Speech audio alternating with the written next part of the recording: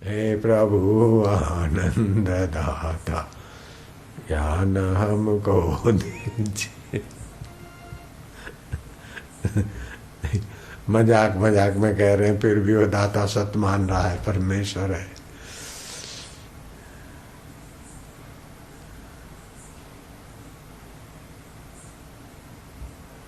जैसे बच्चा है ना, मजाक मजाक में भी माँ को कह के, माँ तू मेरी है, मेरे को ज्ञान दे, आनंद दे, तभी भी माँ बोले चलो, मैं ऐसे भी बोला तो दे। माँ को उस बात की भी मजा आ जाती है, खुशी हो जाती है। इतनी पीड़ाएं, इतनी आफत मोल लेके बच्चे का पालन पोषण करती है, लेकिन बच्चे की हंसी या बच्चे की अंगड़ाई थोड़ी मिलते ही माँ को जो रस आता है वो सारी परिश्रम और सारी आफत भूल जाती।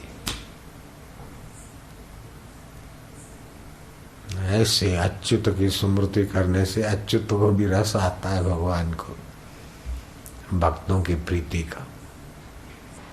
धन से, पद से, किसी से भी आप अपने को बड़ा मानते हैं तो आपने ईश्वर प्राप्ति के मार्ग का गला घोंट दिया। अष्ट सिद्धि आ गई, नवनिधि आ गई, इसलिए मैं बड़ा हूँ, तो भी मैंने आध्यात्मिकता का गला घोंट लिया, अपने विकास का गला घोंट लिया। क्योंकि अपने स्वरूप के बड़प्पन के आगे हर की पदवी के बड़प्पन की कोई माना ही नहीं है। यत् पदम प्रेप्सवो दीना शक्रादय सर्वदेवता, अहो तत्र स्थितो योगी हर्षम न उपगच्छति। जिस पद को पाए बिना इंद्र भी अपने को कंगाल मानते, उस आत्म पद को पाकर ज्ञानवान अपने में किसी पद का आरोप ही नहीं करता।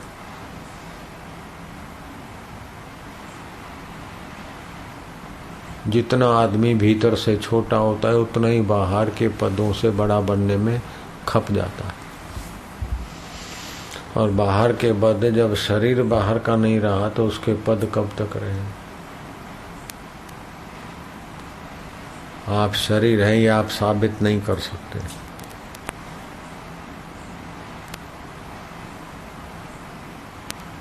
क्योंकि रोज बदल रहा है।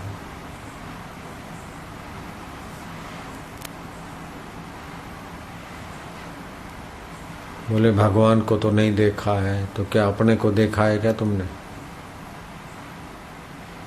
कोई कह सकता है कि मैंने अपने को देखा है? बताओ।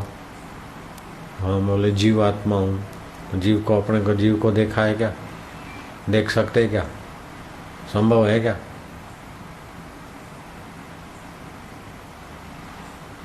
जब अपने को भी आप देख नहीं सकते, हाँ, मुर्दे को अपन मानने की बेवकूफ़ी से अपने को बोलते मैं ये हूँ,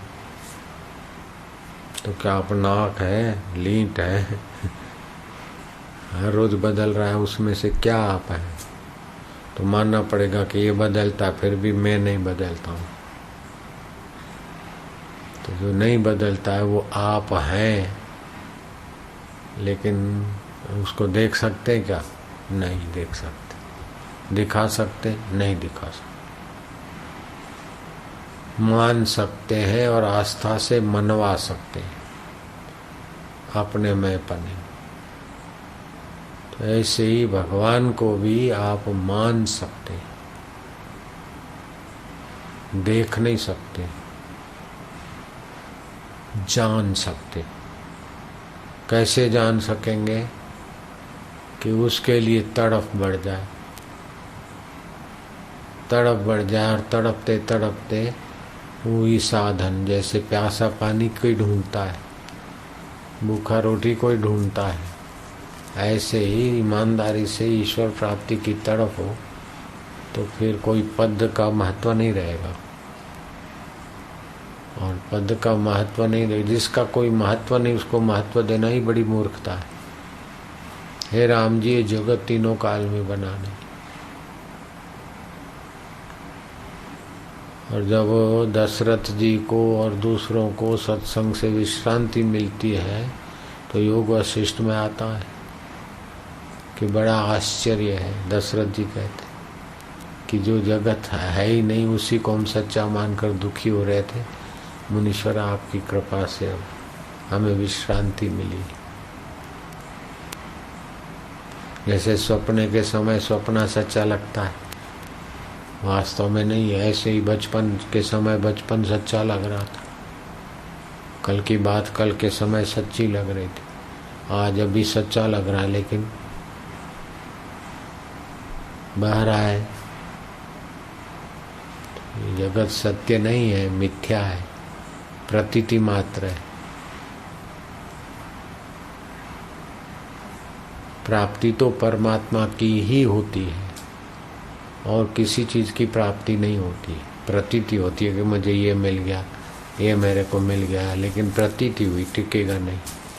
ऐसे ये शरीर मिल गया, वो भी प्रतीति हुई, टिकेगा नहीं। शरीर भी टिकेगा नहीं तो शरीर के साथ जो पद है, सत्ता है या टाइटल है, वो कब तक टिकेंगे। प्रतीति है कि ये शरीर मैं हूँ, मैं फलाना हूँ, मैं फलाना हूँ, मैं डायरेक्टर हूँ, डायरेक्टरी हूँ। प्रतीति। प्राप्ति तो ईश्वर की ही होती है, प्रतीति संसार की होगी।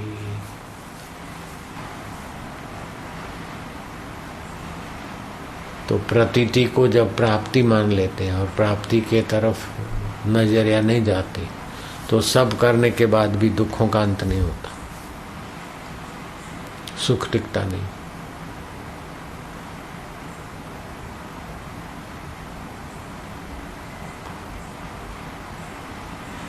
और वास्तव में प्राप्ति जो है, छूटने वाले को मैं मानते, जो आप नहीं है उसको आप अस्वीकार कर लो। मैं ये नहीं हूं, एक दिन नहीं होने वाला है, तो अभी से मान लो ना मैं नहीं हूं।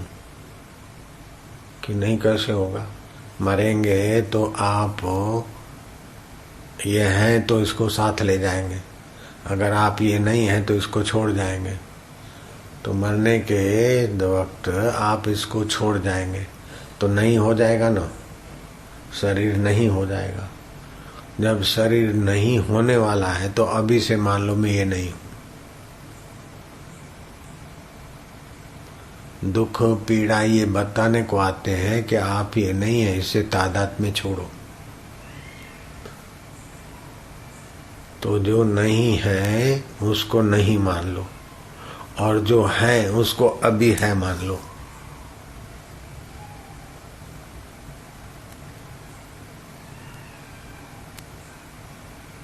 जो कभी न मिटे वो आप है, जो चेतन है वो आप है, जो ज्ञान स्वरूप है वो आप है, जो मिट जाए वो आप नहीं है, जो जड़ है वो आप नहीं है,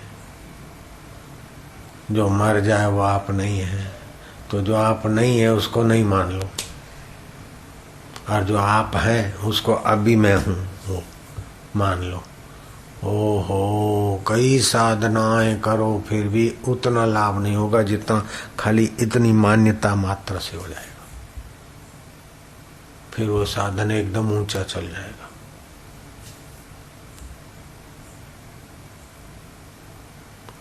संसार की वासनाएं दुख देती है, विकार दुख देते हैं, तो धर्म का अनुसंधान करो, धर्म का आश्रय लो, वासना को नियंत्रित करो। कर्तव्य अपना पालने से वासना नियंत्रित होगी, मर्यादा में रहो। राग द्वेष सताता है तो ये उपासना से जाएगा। वासना धर्म से नियंत्रित होगी, राग द्वेष उपासना से नियंत्रित हो।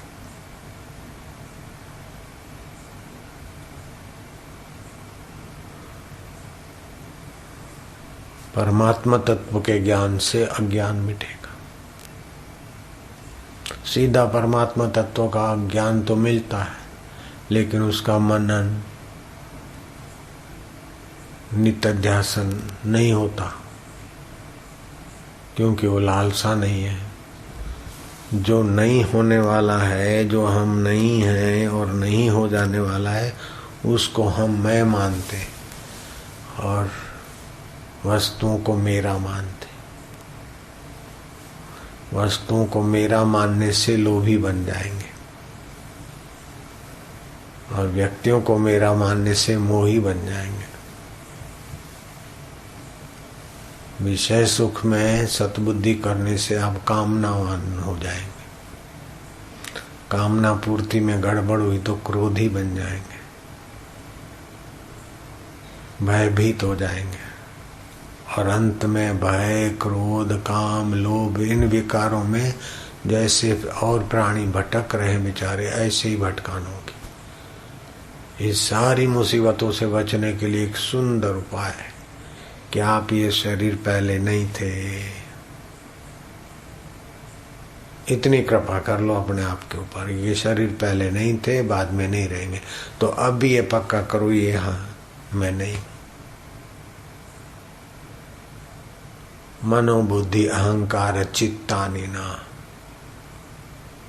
न च श्रोत्र जिह्वे न च धारण नेत्र।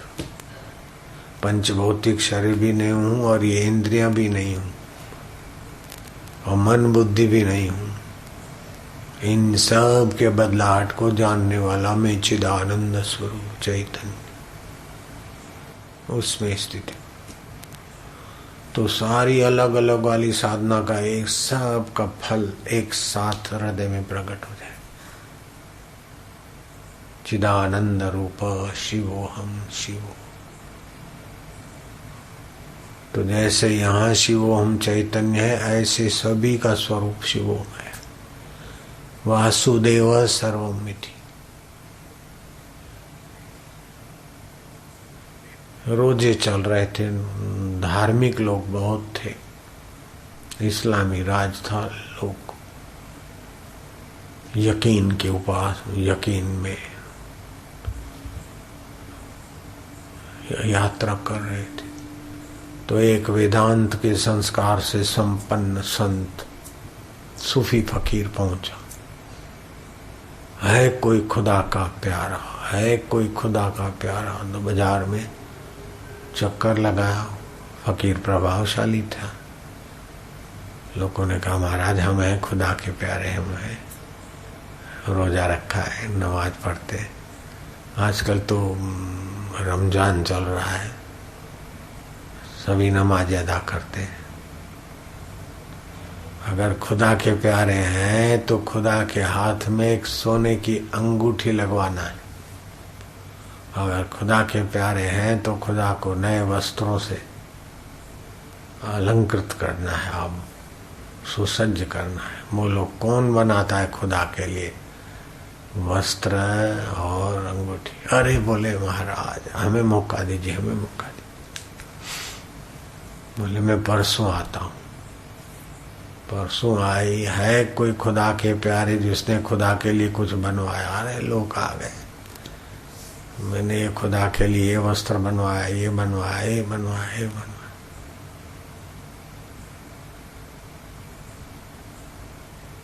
फकीर ने कहा देखो कैसे लाओ। तो लिया और जो अपने माप का था वो पहन लिया। और फिर दमदार फकीर था, हाथ ऊंचा करा कि जिसको भी ज्यादा खुदा में प्रीति हो खुदा के हाथ में अंगूठी चढ़ा दो। लोगों ने कहा अरे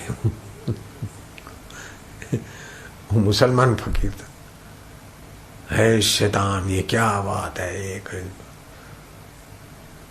खुद ही खुदा बन गया है। खुदा का हाथ है, ये तो तेरा हाथ है। बोले जिधर देखता हूँ खुदा ही खुदा है, खुदा से न कोई चीज जुदा है।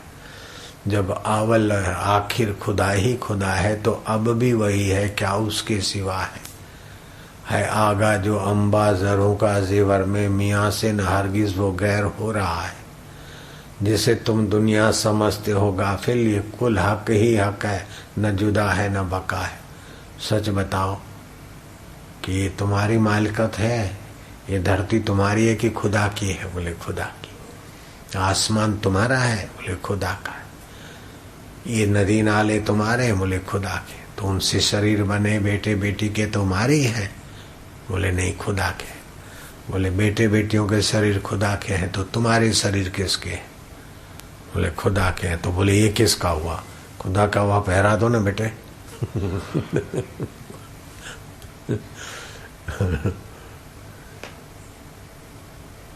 वासुदेव सर्वमिति, सब वासुदेव है, सब भगवान ही भगवान है। नामदेव ने तो कुत्ते में भगवान देखा। एकनाथ महाराज ने गधे में भगवान देखा। कुछ महात्मा गरीबों में भगवान देखते हैं, कुछ सुपात्र बच्चे पिता माता में भगवान देखते, कोई सत्य शिष्य गुरु में भगवत भाव करता। अरे यहाँ तक कि शालिग्राम में हम भगवान देखने की ताकत रखते, शिवलिंग में भगवान को मानते, हम भगवत भाव करते। वेदांत में ये आता है, योग वशिष्ठ में, भगवान की वास्तविक 4 सत्ता है। एक जड़ सत्ता, वहां भगवान घन सुषुप्ति में है। दूसरी क्षीण सत्ता, जैसे पेड़ पौधे। तीसरी स्वप्न अवस्था, जैसे आप हम मनुष्य देव सब स्वप्न तुल्य सृष्टि को सच्चा मान ले। कोई कोई विरला फकीर अपने भगवत तत्व में जगता है, वो भगवान की जागृत अवस्था है। यद जागृत स्वप्न सुषुप्ति वेति नित्यम तद ब्रह्म निष्कल न च भूत संग। जागृत आया चला गया, लेकिन भगवान ज्यों का त्यों। स्वप्न आया चला गया, भगवान ज्यों का त्यों। गहरी निंदाई चली गई, भगवान ज्यों का त्यों। ऐसा मेरा भगवान सभी रूपों में, वासुदेव सर्वमिति। तो जो आप हैं, जो आपका अंतरात्मा है, वो अभी से आप मान लीजिए कि ये मेरा वासुदेव चैतन्य सत्य है। आपका भी वही चैतन्य वासुदेव भगवान ही सत्य है। आपका शरीर भी ऐसे, और वही भगवत सत्ता रोम रोम में रम रही। इसीलिए तो हिंदू संस्कृति ने बहुत ऊंचा साहस किया, बड़ी ऊंची सूझबूझ दी समाज को। कोई भी मिले न तो हाथ मिला के एक दूसरे की बीमारियां मत दो एक दूसरों को, दोनों हाथ जोड़ते। 5 कर्म इंद्रियां हैं, 5 ज्ञान इंद्रियां हैं, 10 और 11वां मन। राम राम अर्थात कर्म इंद्रियों से और ज्ञान इंद्रियों से और 11वें मन से जो सत्ता काम कर रही वो राम राम है। रोम रोम में रमने वाला परमात्मा है।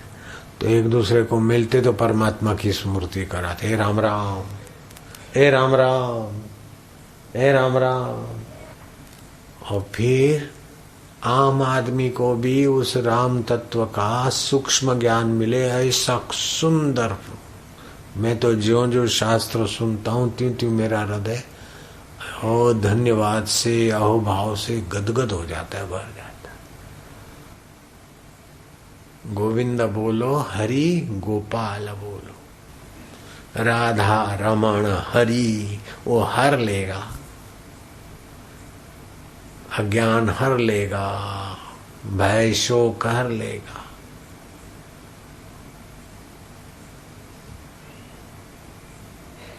ये हाड़ मांस का शरीर और जिससे मलमूत्र निकलता, उस शरीर को ऊंचे बैठने में बड़ा हो गए, नीचे बैठने से छोटे हो गए।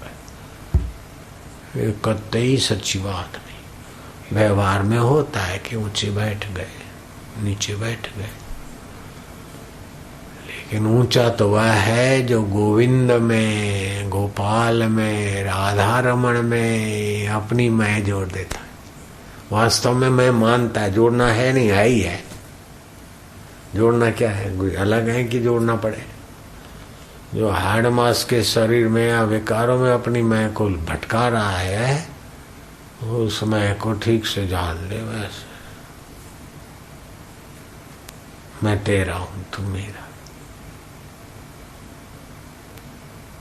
जैसे कढ़ाई में चंद्रमा दिखे, आप कढ़ाई का तेल पकोड़े उखलते हैं तो ऐसे चंद्रमा थोड़ी उखलता है। और वही कढ़ाई में फिर शरबत भर दिया या गंगा जल भर दिया तो शीतल चंद्रमा दिखता है। तो इससे वो चंद्रमा की शीतलता बढ़ नहीं जाती और कढ़ाई के कारण वो नष्ट नहीं हो जाती, वो तो ज्यों का त्यों है। लेकिन वो प्रतिबिंब मात्र है। वास्तविक में जब प्रतिबिंब को ही कुछ नहीं होता तो मूल को क्या होगा? ऐसे चिदाभास जीव को भी वास्तविक में कुछ नहीं होता। तो परब्रह्म परमात्मा को क्या होगा? अपने आपा को क्या होगा? लेकिन फिर भी कितना डर लेके घूम रहे हैं, कितना भय लेकर घूम रहे हैं, कितना द्वेष लेकर जी रहे हैं, कितना चिंता लेकर जी रहे हैं, कितनी परेशानी लेके जी रहे हैं। अकारण है। भूलिया जब भी आपनू तभी हुआ खराब। गुरुवाणी ने कहा अपने चैतन्य स्वभाव को ये भूला और देह को मैं माना। जो पहले था नहीं, बाद में रहेगा नहीं, अभी नहीं के तरफ जा रहा है, उसको मैं मान लिया, तभी हुआ खराब। जो पहले था अभी है, बाद में रहेगा। बोले फलाना अवतारी पुरुष तुम्हारे साथ है, फलाना तुम्हारे साथ है। अरे वो फलाना पुरुष आए उसके पहले वो हमारे साथ था, अभी भी है, बाद में भी रहेगा। जो कभी साथ न छोड़े, न छोड़ा था, न छोड़ा है, न छोड़ सके, उसी का नाम है गोविंद, उसी का नाम है गोपाल, उसी का नाम है कृष्ण, उसी का नाम है दामोदर, उसी का नाम है ब्रह्म, उसी को बोलते भगवान। तो आप अपने आप को कभी छोड़ सके हैं क्या? लाखों लाखों शरीर छोड़ दिए, अपने आप को कभी एक मिनट के लिए छोड़ के दिखाओ। जिसको कभी न छोड़ सके उसका नाम है भगवान। देह से भगवान माने, वस्तु परिस्थिति से अपने को भगवान माना तो आप बंधन बढ़ा रहे अपने लिए। तत्व से तो आप भगवान के सिवाय आप और कुछ है ही नहीं। वास्तव में आप भगवान के सिवाय और कुछ है ही नहीं। अगर है तो ये भ्रमणा है। दुखी हूँ, सुखी हूँ, बीमार हूँ, तंदुरुस्त हूँ, ये सब शरीर में आरोप होता है। जो आप नहीं हैं उसके साथ जड़ चेतन की ग्रंथि में, यद्यपि त्रिकाल मिथ्या, तीनों काल में मिथ्या है, भरम न सके कोई छुड़ाए। फिर भी ये भरम छुड़ाने वाला सतगुरु कोई मिल जाए, ये भरम छूटता नहीं। इसी भरम के कारण सारे दुख, सारी चिंता, सारे जन्म मरण हो रहे।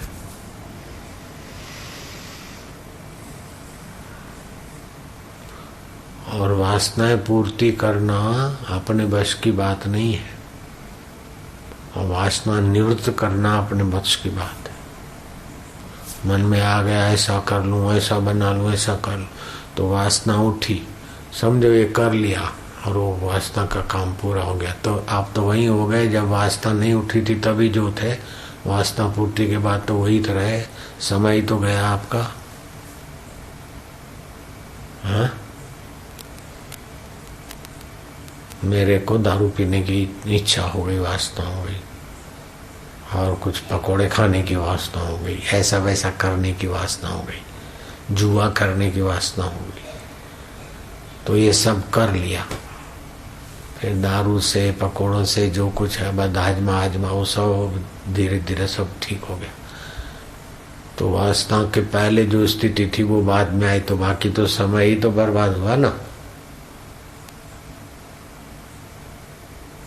तो वासना पूर्ति का महत्व नहीं है, वासना पूर्ति वाला बहादुर नहीं है। जिस इच्छा से, इच्छाएं सब किसी की पूरी नहीं होती और सब किसी की ठुकराई नहीं जाती। तो इच्छा पूर्ति वो करो कि इच्छा रहित पद में विश्रांति मिल जाए, परमात्मा प्राप्ति। बाकी बाहर की इच्छाएं तो कितनी भी पूरी करो, कितनी भी पूरी करो, समय ही बर्बाद होगा। और इच्छा पूरी हुई तो आसक्ति होगी, नहीं पूरी तो फरियाद हो जाएगी। और वे लोग बिल्कुल ना समझ हैं, बिल्कुल बड़ी भारी गलती करते कि मेरे को फलाने ने दुख दिया। को काहू को नहीं सुख दुख करे दाता, किसी ने परिस्थिति तो पैदा की दुखी होने की, लेकिन दुखी होना न होना अपनी बेवकूफी पर है।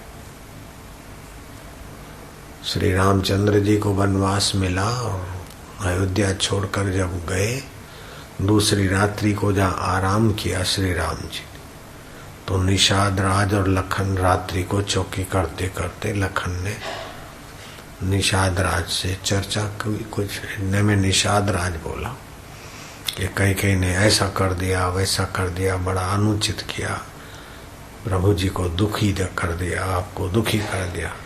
तो लक्ष्मण ने कहा, को काहू को नहीं सुख दुख करी दाता। कोई किसी का सुख दुख का निमित्त नहीं है, ये तो प्रकृति के प्रवाह में आ जाता है। फिर अपनी नासमझी से बोलते कि मैं दुखी हूँ। दुखद परिस्थितियां आई, सुखद परिस्थितियां आई, अनुकूलता प्रतिकूलता और सुखाकार दुखाकार वृत्तियां आई, और मैं सुखी हूँ मैं दुखी हूँ, ये बेवकूफी के बिना ये जड़ का प्रभाव ही नहीं पड़ सकता अपने ऊपर।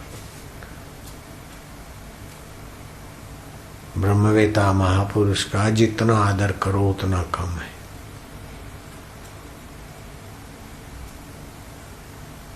ऐसा दिव्य ज्ञान सुनकर किसी को सुना देने के लिए नहीं है, लेकिन ये दिव्य ज्ञान अपने जीवन में उतारे तो इतनी मेहनत बच जाती है कि 1000 जन्म में अपना मनमाना साधन करने से निर्दुख नहीं होगा जितना ब्रह्मवाणी से हो जाएगा। अगर मेरे को सतगुरु जी का सानिध्य नहीं मिलता और उनका ये सत्संग कृपा प्रसादी नहीं मिलता तो मैं अपने बल से अष्ट सिद्धियां पा लेता, माल 9 निधियां पा लेता, आकाश में उड़ने तक की थोड़ी साधना की थी और वो एक पैर इधर रखे तो एक हल्का फुल्का शरीर हो गया था 10-5 दिन के साथ। हनुमान जी की उपासना की तो हुप हुप करके पेड़ पे चढ़ जाते थे। ये सब हुआ, लेकिन ये होने के बाद भी हनुमान जी के पास तो थी न अष्ट सिद्धि न निधि, फिर भी श्री रामचंद्र जी के सेवा में बिन शर्ती शरणागति रहे तब तत्व ज्ञान मिला। वो तत्व ज्ञान अपने को मिल रहा है ऐसे ही, बस उसका आदर करें तत्परता से, उसी का चिंतन करें, उसी को महत्व दें। दुखों से छूटने का, श्रम से छूटने का और सारी सफलताओं को चरणों में लाने का तरीका यही है। जो जो आप पर ब्रह्म परमात्मा स्वभाव में टिकते हैं त्यों त्यों प्रकृति आपके अनुरूप हो जाती। जैसे लोहे की प्लेट चुंबक से मिली तो सारे छोटे छोटे कण उसको चिपकने लगे, ज्यों उसने चुंबक का सहारा छोड़ा त्यों सब कण उससे अलग हो जाए। ऐसे ही ज्यों जो आप चुंबकों के चुंबक अपने परमात्मा स्वभाव में, ईश्वरीय स्वभाव में, समता में आते हैं, सत्यचित आनंद स्वरूप में अनस्त होते हैं, स्थिति करते हैं, त्यों त्यों आपका सब उचित हो जाता है। हम बैठे इसलिए उचित हो, इसलिए नहीं, उचित हो तो माँ तो उधर जाएगा तो आप ईश्वरत्व में नहीं बैठेंगे।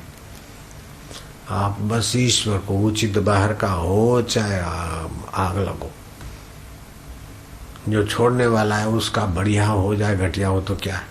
आतशबाजी का हाथी हो अथवा आतशबाजी का रावण हो, अब उसकी कोई एक टांग 1-आध इंच कम हो गई तो क्या है, ज्यादा हो गई तो क्या है, उसकी मूंछों का रंग थोड़ा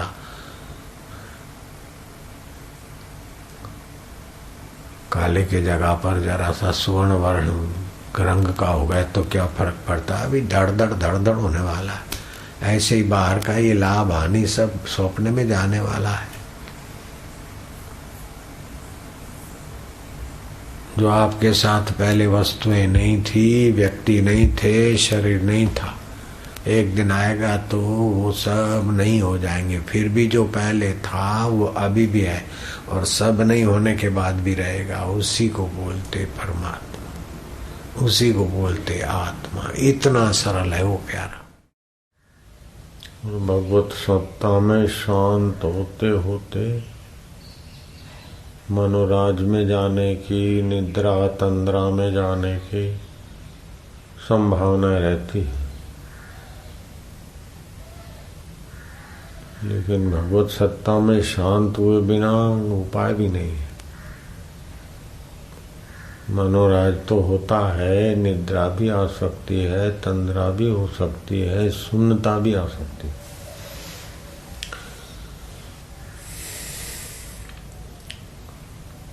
फिर भी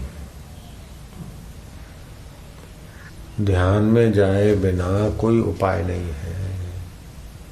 ध्यान में जाने से खतरे भी बहुत है। सफलता मिली तो रिद्धि सिद्धि मिल जाएगी, प्रसिद्धि मिल जाएगी।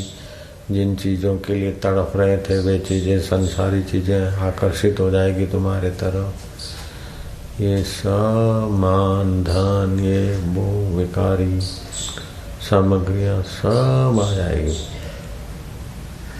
इस प्रकार के खतरे होते हुए भी भगवत ध्यान अथवा शांत रहना बहुत आवश्यक है, क्योंकि भगवत सत्ता और शांत रहने में सामर्थ्य आता है। इंद्रियों की चपलता मिटती है तो मन के संकल्प विकल्प मिटते हैं, तो बुद्धि को समत्व में प्रवेश मिलता है। और समत्व एक बड़ा भारी योग है। समत्व योगम उच्यते। ज्ञान कितना भी सुन लिया हो, लेकिन विक्षेप आएगा तो, वासना आएगी तो बहा के ले जाएगी। फिर क्या होगा कि जानामि धर्मम न च मे प्रवृत्ति, जानामि अधर्मम न च मे निवृत्ति। जानते हैं कि ये गलत है, ये मसाले गलत हैं, ये फलाना गलत है, फिर भी जरा खा लो, जरा कर लो। तो इसमें जैसी वासना घसीटती है, उसके विपरीत भाव करते हुए ओमकार का जप करे और शांत हो, तो इससे क्या है कि बुद्धि तुम्हारी बलवान हो जाएगी, तो मन को नियंत्रित रखेगी, मन इंद्रियों को नियंत्रित रखेगा। आप बार बार गलती करने से बच जाएंगे। और दूसरा बड़ा फायदा यह है कि ध्यान में आप जो वेदांत के संस्कार सुनेंगे, ब्रह्मज्ञानी अनुभूति संपन्न महापुरुष के वचन सुनेंगे, तो उस प्रकार का श्रवण मनन करते हुए नित्य ध्यान करेंगे तो ब्रह्माकार वृत्ति उत्पन्न करेंगे। जगताकार वृत्ति अथवा शांत वृत्ति अज्ञान की निवर्तक नहीं है। शांत वृत्ति अशांति को शांत करती। एकाग्रता से, शून्य से सामर्थ्य का सर्जन होगा, लेकिन ब्रह्माकार वृत्ति के बिना, अज्ञान निवर्तक वृत्ति के बिना ज्ञान नहीं होगा। तो अज्ञान दुख देता है, वासना दुख देती है, विक्षेप दुख देता है। ये तीन ही है, वासना, विक्षेप और अज्ञान, ये ही दुख के मूल है। तो वासनाओं को धर्म संस्कार से नियंत्रित करना ही चाहिए। विक्षेप को उपासना के द्वारा, वासनाओं को धर्म मर्यादा के अनुसार नियंत्रित करें, और अज्ञान को ज्ञान से मिटाया जाता है। यही सचोट सही उपाय है। फिर चाहे कोई कुछ भी कह दे, उसकी अपनी कहने की कल्पना है, लेकिन वैदिक संस्कृति अथवा जिन्होंने भी पाया है, इसी मार्ग से पाया। भगवत प्रीति से वासना मिटी, कर्म योग से वासना मिटी, भक्ति योग से वासना मिटी, भगवत प्रार्थना से वासना मिटी,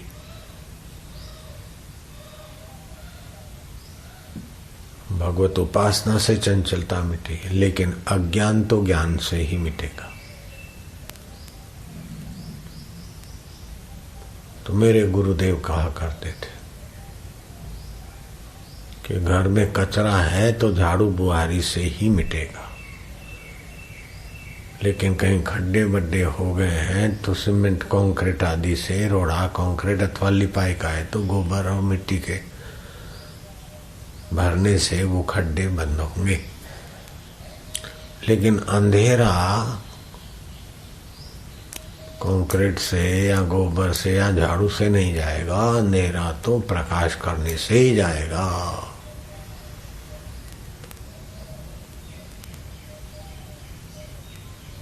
अज्ञान नावृतम ज्ञानम तेन मोहंती जनतवा। फिर जो मरने वाला है उसको मैं मान के जीने की वासना बनी रही। मिटने वाली है वस्तु, चली न जाए उसका भय बना रहा, और बड़ा है लोभ बना रहा, साथी सज्जन बने रहे मोह बना रहा, वासना से मजा लिया तो कामनाएं बनी रही। तो फिर आता है काम क्रोध और लोभ मोह की जा लगी मन में खान, तुलसी दोनों एक है क्या मूर्ख क्या विद्वान। कितनी स्पष्ट वक्ता है अपने शास्त्रकार और शास्त्र।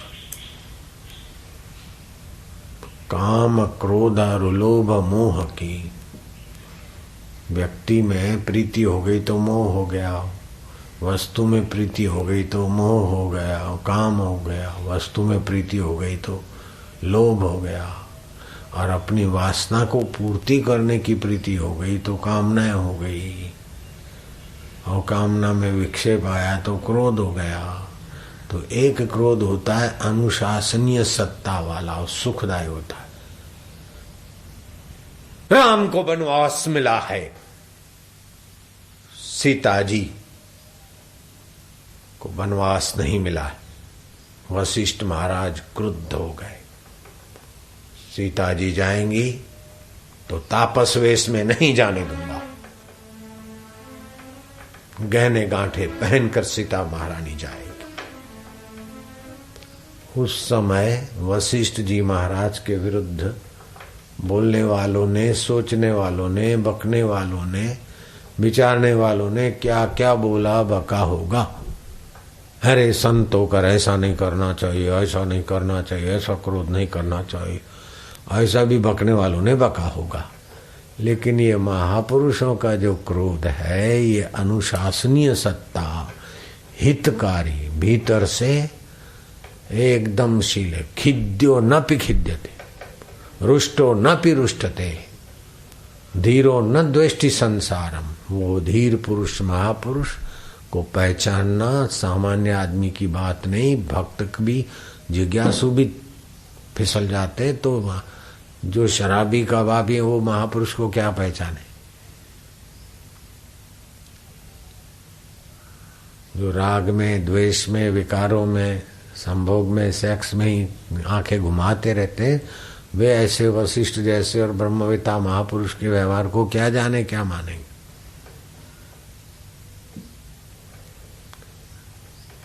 आदमी अपने ऊपर ही सारा, जैसे अपने अंदर में जलन होता है और क्रोध होता है तो बोले देखो इनको क्रोध आ रहा है, और हमको तो बोलते क्रोध मत करो, ये क्रोधी हो रहे हैं। हमको बोलते लोभ मत करो, इनके इतने सारी जगह है लोभ है। अरे वो महापुरुष कहाँ बैठे, और वो लोभ और क्रोध जो भी उनमें दिखता है वहाँ वे किस निमित्त ऐसा दिखता है। तुम्हारी विकृति के निमित्त दिखता है कि वास्तव में उनमें है। अगर उनमें है तो इतने लोगों को वो शांति नहीं दे सकते, इतने लोगों को आनंदित नहीं कर सकते, इतने लोगों उनको समझदार मान नहीं सकते। तो उनमें कुछ सत्व है, महानता है ना। तो विकारी व्यक्ति कुछ भी किसी महापुरुष के लिए बोल दे, बक दे, इससे क्या होता है। वशिष्ठ महाराज ने अपना वीटो पावर चलाया, सीता जी गहने पहन के जाएगी। और आगे जाकर इस महापुरुष का वीटो पावर कितना उपयोगी रहा। सीता को खोजने में सीता के गहने जो गिर गए थे वो अंगूठी निशानी ले गए थे हनुमान जी सीता के पास कि मैं श्री राम जी का दूत हूँ, और माँ ये आपकी अंगूठी श्री राम जी नहीं दिए। तो उस समय का मूर्खों को, जो महापुरुषों का कामी, क्रोधी, लोभी, मोही लोग महापुरुष में भी अपना ही अनुमान थोपते हैं, तो व्यवहार जो दिखता है वो महापुरुष होकर फिर उनको मापो। तो अष्टावकर महाराज ने स्पष्टीकरण कर दिया, तस्य तुलना के न जायते, उस ब्रह्मवेता को किससे तुम तोलोगे? क्या स्वर्गीय सुख से तोलोगे? इंद्र के वैभव के बराबरी से तोलोगे? यत पदम प्रेप्सवो दीना शक्रादय सर्वदेवता अहो तत्र स्थितो योगी हर्षम नोपगच्छति। जिस पद को पाए बिना इंद्र आदि देवता भी अपने को रंक समझते, कंगला समझते, ऐसे पद को पाकर वो महापुरुष अपने आप में अहंकार नहीं करता। और फिर भी अहंकार ऐसा करता है कि आपको क्या बताऊं, कि वो अहंकार तारने वाला अहंकार। श्री कृष्ण छछिन भरी छाछ पर नाच रहे हैं, इतने सरल है। और श्री कृष्ण कहते हैं सर्वधर्मान परित्यज्य मामेकम शरणं व्रज। इससे बड़ा अहंकार क्या हो सकता है? लेकिन यह अहंकार ब्राह्मी स्थिति का है, ब्रह्मनिष्ठा का है, अपने सत्य स्वभाव का है।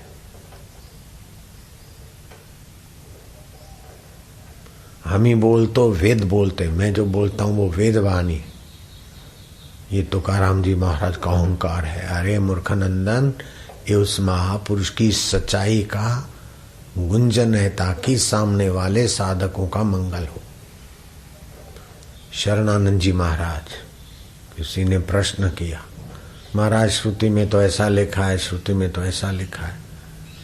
बोले श्रुति का बाप बोल रहा हूं,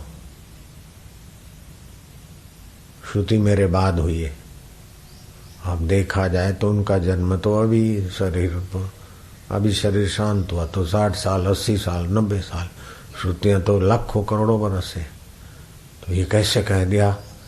अरे वो महापुरुष जानते हैं कि सृष्टि के पहले जो था और बाद में भी रहेगा, मैं वो हूँ और ये मैं देह नहीं हूँ, मन नहीं हूँ, इंद्रियां नहीं हूँ। तो ये मूर्ख को, कोई मूर्ख विद्वान हो तो बोले कितने अहंकारी है।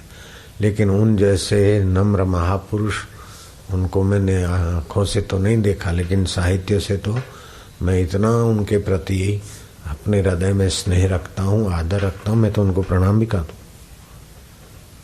ऐसे उच्च कोटि के महापुरुषों। तो धीरा की गति धीरा जाने। संत को जानने के लिए तुमको अपने हृदय में संतत्व लाना पड़ेगा। वशिष्ठ महाराज ने कहा है कि हे राम जी, संत में एक भी सद्गुण है तो ले लेना चाहिए। अगर किसी संत में आपको दोष दिखता है तो फिर योग वशिष्ठ क्या पढ़ा किसी ने? इसको दोष दिखता, ऐसी बात नहीं थी, लेकिन चर्चा में तो होता ही है ना कि भाई अगर आपको मतलब आप माना आप सारा मानव जात,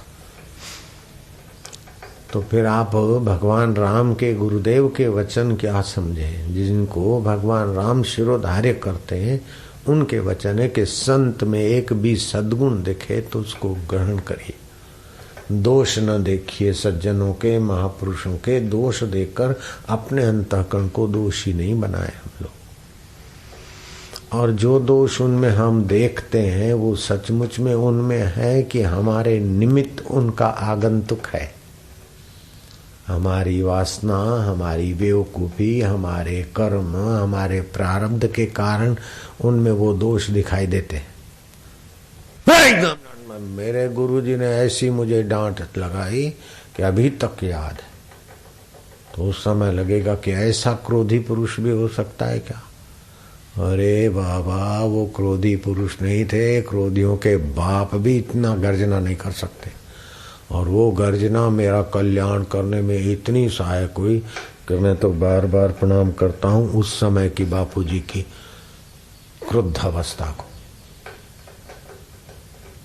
कोई साधु मुझे बुला के ले गए थे और समझा रहे थे कि तुम इतने ऐसे हो, ऐसे हो, मतलब बड़ाई कर रहे थे। क्या अभी इधर उधर लगे हो, मैं तुमको बताता हूँ ऐसी रिद्धियाँ आएगी, सिद्धियाँ आएगी, चमत्कार करोगे, ये करोगे। तो मेरे को उपासना की तरफ ले जा रहे थे। तो बापूजी को जाके किसी ने कहा, और बापूजी ने बुलाया मेरे को। बोले कि उधर क्यों गया? मैं कैसे, मैं गया नहीं था, उसने बुलाया। बोले क्या बोल रहा था? मैं क्या वैसा ऐसा बोल रहा था कि ऐसा ऐसा साधना उपासना। तो ऐसी डांट चढ़ाई कि क्यों सुना उसकी बात, क्यों गया उधर। फिर दूसरे क्षण इतने कोमल, इतने करुणा वरुणा से भरे मेरे गुरुदेव बोलते, बेटा बेटा, या ऐसा कुछ शब्द बोले कि जब तक परमात्मा तत्व ज्ञान नहीं होता है तब तक भेदवादियों की बातों में नहीं आना चाहिए। साधक एक बाज पक्षी है और ये भेद के, ये मिल जाएगा, वो मिल जाएगा, ऐसा करो करके कुछ पाने वाले भेदवादी की बातें हैं शिकारी के तीर जैसे, गिरा देती। उसके बाद में किसी की इधर उधर की बातों में ऐसा मिल जाएगा, ऐसा मिल जाएगा, वो कभी नहीं आया उन एक डांट से।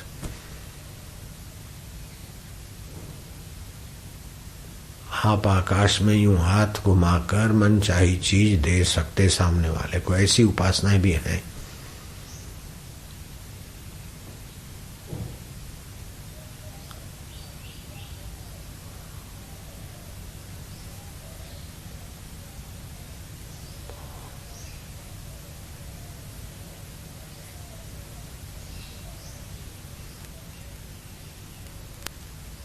सिंदूर दे सकते हैं, अंगूठी दे सकते हैं, कंगन दे सकते हैं, कंकु दे सकते हैं, बबूत दे सकते हैं, जयपुर का अचार दे सकते हैं। अब जयपुर का अचार इधर तो नहीं मिलता, करेले का अचार ले आओ जयपुर से, वो भीतर से संकल्प होता है, फिर वो देखते देखते आपको यहाँ करेले का अचार खाने को मिल जाए।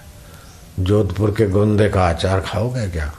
लो, जोधपुर के गुंदे का अचार मैं नहीं ला सकता हूँ, मैंने वो किया ही नहीं, लेकिन मैं जानता हूँ, ये सुना हुआ है मैंने, फिर ऐसी साधना नहीं की। तो ये कृपा भी मेरे गुरुदेव की है कि ब्राह्मी स्थिति प्राप्त कर कार्य रहे ना शेष, मोह कभी ना ठग सके, इच्छा नहीं लवलेश। ऐसा बनूं, ऐसा बनूं, ऐसा बनूं, ये इच्छा जो है उसको जान लो बस। जहां भी बनेंगे, कुछ भी बनेंगे तो बिगड़ाना होगा, कुछ भी पाओगे तो छोड़ना होगा। जो पाया जाएगा वो छूटेगा, जो अपना आपा है, जो कभी नहीं छूटता, उसको जान लो बस। मेरे गुरुदेव उस बात पर बड़ी कृपा की, बड़ी करुणा। हमारा दम नहीं था, हमको तो ऐसा हो गया, ऐसा हो गया। मंदिर में जाते तो ठाकुर जी की मूर्ति से फूल झड़ जाते थे, ऐसा हो जाता था। किसी को कुछ बोलते तो ऐसा हो जाता था। तो ये चस्का भी था, थोड़ी साधना की तो हनुमान की नहीं, उड़ने जैसा एहसास होने लगा। तो ये सारे चस्के छुड़ाने के लिए एक डांट काफी थी गुरुदेव की। हालांकि उस वक्त मेरे को ऐसा कोई चस्का नहीं था, लेकिन क्या पता, ब्रह्म साक्षात्कार के पहले सुने किधर बह जाए गाड़ी, धारा बचा लेते। इसलिए महापुरुष का संग आदर पूर्वक करना चाहिए, प्रयत्न पूर्वक करना चाहिए, और उनकी बात पर ध्यान ईमानदारी से देना चाहिए। इसी से हमारा कल्याण है। बाकी तो सत्पुरुष होते हैं, धरती पे आते हैं तो उनके प्रवचनों को, उनके व्यवहार को अथवा उनकी बातों को तोड़ मोड़ कर विकृत कुप्रचार करने वाले लोग भी धरती पर समय समय पर हैं। विश्वामित्र का कुप्रचार करने वाले लोगों ने कमी नहीं की, लेकिन श्री रामचंद्र जी विश्वामित्र की चरण चंपी कर रहे हैं। तो कुप्रचार करने वालों का बड़प्पन नहीं है, राम जी का बड़प्पन है। विश्वामित्र जी की सेवा करने का फायदा लेने का। वशिष्ठ जी का कुप्रचार ऐसा था कि वशिष्ठ जी को अपने प्रवचन में कहना पड़ा कि हे राम जी, मैं हाथ जोड़कर प्रार्थना करता हूं,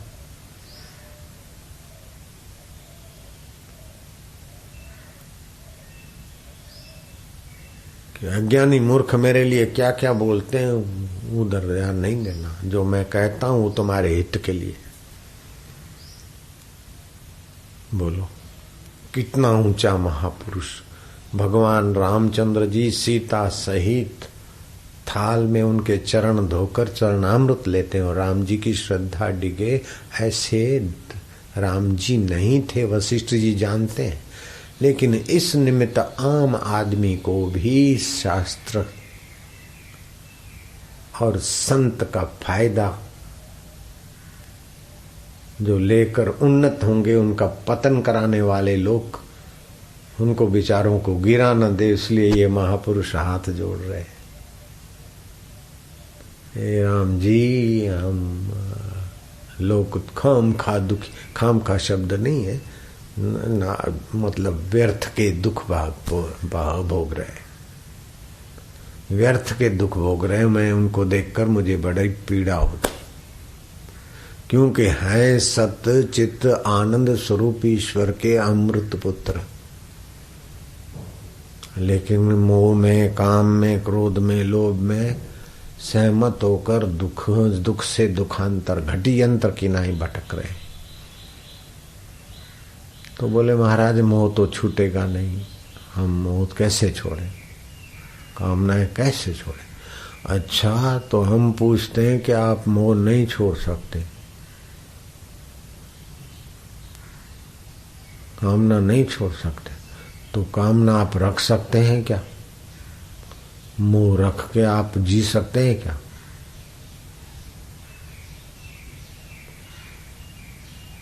अरे जब तक आप कामना और मोह छोड़ते नहीं तो आपको नींद भी नहीं आती।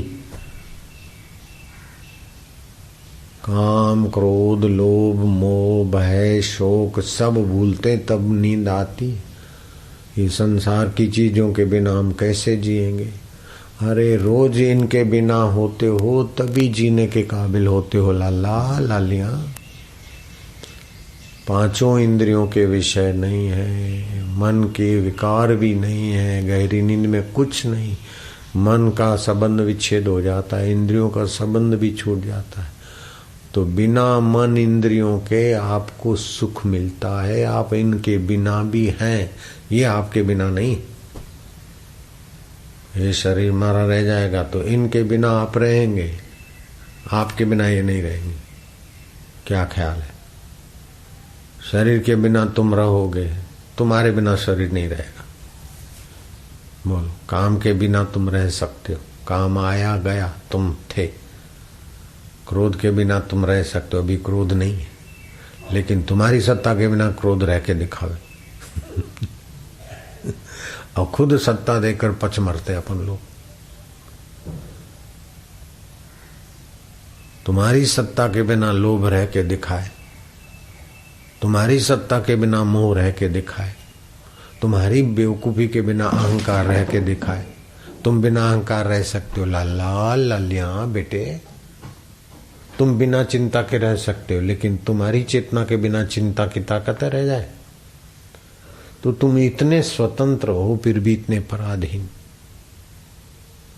जब बोलते ना मारने मने विकारों की आदत है, अपने में विकारों की आदत नहीं है, मन में है, इंद्रियों में है, और अपने में तो भगवान है, गुरु की कृपा है। उधर को चले और उसी का चिंतन करे तो ये सारा ध्यान से ही वासनाओं का क्षय होगा, मनोनाश होगा, धर्म पर अडिगता होगी। ध्यान में खतरे भी हैं, बैठे बैठे जो कहा जाए, आलस हो जाए, निद्रा आ जाए, तंद्रा आ जाए, अथवा ध्यान लगे तो सामर्थ्य आ जाए, संसारी सफलताएं मिलने लग जाए, अष्ट सिद्धि नवनिधि ये सब होता है, प्रसिद्धि ये वो सब सामर्थ्य जो आपको चाहिए, जिसमें सब कुछ है उसका नाम है परमात्मा। जहाँ सब कुछ पड़ा है उसी का नाम परमात्मा है। जिससे सब कुछ है, जिसमें सब कुछ है, जिससे सब कुछ मिल सकता है उसका नाम परमात्मा। तो ध्यान में आप परमात्मा की निकटता में जाते, आत्मा की निकटता में जाते, तपस्या करता है और कुछ बनने के लिए, कुछ पाने के लिए, तो बन कर पाकर फिर वहीं पहुंच जाएगा। इसलिए वो योगी श्रेष्ठ है। दुनिया भर की बाल की खाल उतारने जैसा, आइंस्टीन जैसा सारा ज्ञान है, और वेद में, शास्त्रों में ये लिखा है, वो लिखा है, ये भी ज्ञान है, लेकिन परमात्मा विश्रांति पाए हुए योगी के आगे वो बबलू है। तपस्वी भ्यो अधिको योगी, तपस्वी से योगी अधिक है। ज्ञानी भ्यो तो अधिका। आइंस्टीन जैसा ऐहिक ज्ञान है और उसके साथ फलाने शास्त्र में, फलाने ग्रंथ में, फलाने देश में, फलानी जाति में ये चलता है, उसकी व्याख्या करने की ताकत है। लेकिन जिससे व्याख्या होती है और व्याख्याएं मिट जाती, फिर भी जो नहीं मिटता, उस अमिट में विश्रांति पाने वाले योगी के आगे वो कुछ भी नहीं है। ज्ञानी भ्यो मतो अधिका, कर्मी भ्योश्च अधिको योगी। कर्म करने में कुशल है, ऐसे कर्म है कि महाराज बहुत विस्तार है कर्म का, कमांड भी है, ये है वो है, लेकिन उससे भी अधिक वो है जो परमात्मा में विश्रांति पाया। क्योंकि कर्म का फल नश्वर है और कर्म का फल प्रकृति जन्य शरीर तक है। हाँ, कर्म अगर ईश्वर अर्पित बुद्धि से है तो फिर वो कर्म नहीं है, योग हो गया, विश्रांति आ जाएगी उसको। तन सुकाए पिंजर कियो, धरे रहने दिन ध्यान। ध्यान की महिमा गाए और फिर कहीं ध्यान की इस ऊंचाई पर रुक न जाए और आगे बढ़े समाज। कितना शास्त्रों ने पैनी दृष्टि, सूक्ष्म दृष्टि से उदारता पूर्वक बांटा है। तपस्वी भी अधिको योगी, ज्ञानी भी मत अधिका, कर्मी भी अधिको योगी। तस्मात् योगी भवार्जुन, श्री कृष्ण कहते हैं। नास्ति ध्यानम समम तीर्थम, नास्ति ध्यानम समम यज्ञम, नास्ति ध्यानम समम दानम, तस्मात् ध्यानम समाचरित। पार्वती जी को शिव जी कह रहे हैं। और शंभु प्रसाद, शिव जी का प्रसाद से तुलसीदास जी का रामायण का रसमय ग्रंथ बना है। वो रामायणकार तुलसीदास जी कहते हैं और शंभु सदा समाधि में रहते।